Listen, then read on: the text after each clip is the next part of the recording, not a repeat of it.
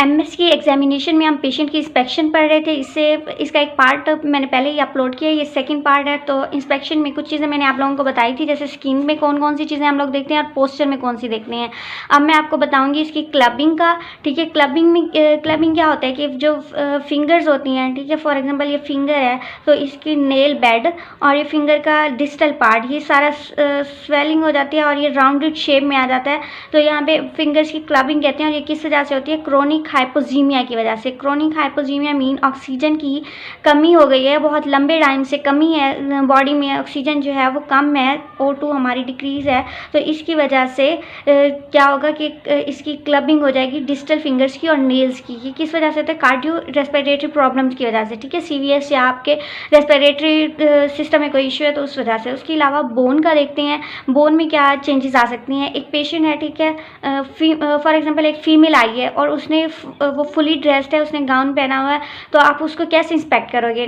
तो जाहिर बात है आपने उसको एक्सपोज करना है, एरिया एक्सपोज करने के बाद ही उसको इंस्पेक्ट कर सकोगे ना।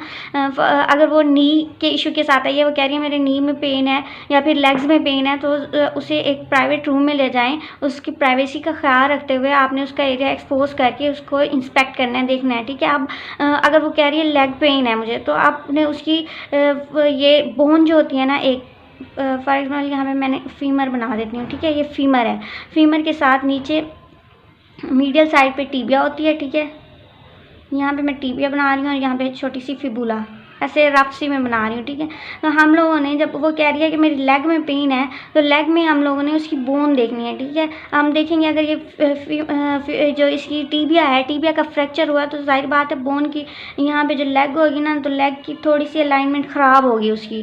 ठीक है, उसको कंपैरिजन करेंगे सेकंड लेग के साथ, दोनों लेग्स को एक्सपोज करके कंपैरिजन करेंगे। हम देखेंगे कि बोन की जो अलाइनमेंट है या कंटूर है उसमें कोई ख़राबी तो नहीं आ रही। ठीक है, उसमें आप क्या देख सकते हैं? Acute fracture. ठीक है, कोई फ्रैक्चर हुआ होगा तो वो आपको पता चल जाएगा, वो बोन अपनी जगह से हिली हुई है, एक हटी हुई है अपनी जगह से, फ्रैक्चर है तो वो पता चल जाएगा। ठीक है, कैलस फॉर्मेशन, उस जगह पे अगर हीलिंग हो रही है बोन की, यानी कि बोनी पार्ट्स आए हुए हैं, थोड़ी सी हीलिंग वगैरह हो रही है, तो वो देख सकते हैं हम। उसके अलावा कंजेनिटल वेरिएशन, यानी कि कोई पैदाइशी तौर पर किसी में यानी कि बोन की एबनॉर्मेलिटी आ गई है, बोन डीफॉर्मेशन है, तो वो भी हम देख सकते हैं। बोन हाइपरप्लेजिया, यहाँ पे जहाँ पे टेंडन इंसर्ट होते हैं ना, फॉर एग्जांपल यहाँ पे ऊपर से क्वाड्रिसेप टेंडन आके यहाँ पे पटेला के नीचे पटेला टेंडन लग रहा होता है, तो यहाँ पे इस जगह पे हम बोन का देख सकते हैं कि कोई हाइपरप्लेजिया तो नहीं है। अगर हाइपरप्लेजिया तो बोन बहुत ज़्यादा बाहर की तरफ आई हुई होगी। ठीक है, इस तरह से, तो वो भी हम लोग बोन में इंस्पेक्ट कर सकते हैं, पेशेंट को देख सकते हैं। जब भी एमएसके की एग्जामिनेशन करेंगे तो ये लाजमी देखेंगे। फिर आते हैं सॉफ्ट टिश्यूज़। सॉफ्ट टिश्यूज़ में मसल्स, लिगामेंट, टेंडन्स, कैप्सूल्स, उसके अलावा कैप्सूल के अलावा फेशिया और जितने भी सॉफ्ट टिश्यूज़ हैं हम सबको एग्जामिन करते हैं, इंस्पेक्ट करते हैं। इसमें इंस्पेक्शन में सिर्फ आपने देखना होता है चीज़ को, इवन के टच भी नहीं करना। अगर हम हाथ लगाएंगे तो वो हमारी पैल्पेशन होगी, पैल्पेशन में हम हाथ लगा के देखते हैं। इसमें सिर्फ देखना है ऊपर ऊपर से। ठीक है, उसका साइज़ देखेंगे, कोई भी मसल है, टेंडन है या कुछ भी है, उसका साइज़ देखेंगे, कंटोर वगैरह, इसमें भी उसकी यानी कि टेक्सचर भी देखते हैं, साइज़ भी देखते हैं। साइज़ देखेंगे इंक्रीज़ हुआ है या डिक्रीज़ हुआ है। अगर तो किसी मसल का या टेंडन का या किसी का इंक्रीज़ है साइज़, तो हो सकता है कि वहाँ जॉइंट इफ्यूजन हो। ठीक है, वहाँ जॉइंट के अंदर पानी भरा हुआ हो या ब्लड हो, या जिसकी वजह से वो जो टिश्यूज़ हैं वो ऐसे लग रहे हैं, वहाँ का साइज़ ऐसा लग रहा है कि ज़्यादा है। ठीक है, या फिर कोई एडीमा हो सकता है। उसके अलावा मसल हाइपरट्रॉफी हो सकती है, मसल हाइपरट्रॉफी होगी, मसल के फाइबर ज़्यादा हुए पड़े तो वो भी साइज़ ज़्यादा लगेगा।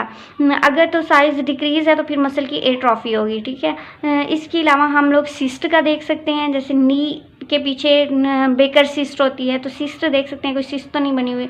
रोमाटॉइड नोड्यूल्स देखते हैं, ये अक्सर ऐसे होता है कि रोमाटॉइड आर्थराइटिस में नोड्यूल्स बने होते हैं। ठीक है, उभरी हुई फिंगर्स के जो ये है ना PIP, प्रॉक्सिमल इंटरफेरेंशियल जॉइंट, वहाँ पे आप देखें तो ऐसे उभार नज़र आते हैं आपको, तो वो रोमाटॉइड नोड्यूल्स होते हैं, वो चेक कर लेते हैं। गैंग्लिया, ठीक है, गैंग्लिया में भी ऐसे उभार नज़र आते हैं, बॉडी पे किसी भी पार्ट में ऐसे छोटी छोटी ऐसी उभार से नज़र आते हैं, तो उसको गैंग्लिया कहते हैं। गाउटी टॉफ़ी, गाउटी टॉफ़ी में भी गाउट, अगर किसी पेशेंट को यूरिक एसिड ज़्यादा हो गया, गाउट का प्रॉब्लम है, तो उसको भी टॉफाई बन जाते हैं गाउट के, तो वो हम चेक कर लेते हैं। ये सारा इंस्पेक्शन में हम लोग देखते हैं। सो ये था आज इंस्पेक्शन के बारे में। इसकी आप जो फर्स्ट पार्ट है वो लाजमी देखें। उसमें वैसे मैंने एज रिस्ट्रिक्शन लगा दी है, लेकिन कोई ऐसा सेंसिटिव डेटा नहीं है, आप लोग देख सकते हैं, ठीक है। अगर 18+ ज़ाहिर बात है आप लोग पढ़ रहे हैं तो 18+ ही होंगे ना, तो आप वो देख सकते हैं, कोई ऐसी सेंसिटिव चीज़ नहीं है उसमें। Thank you so much.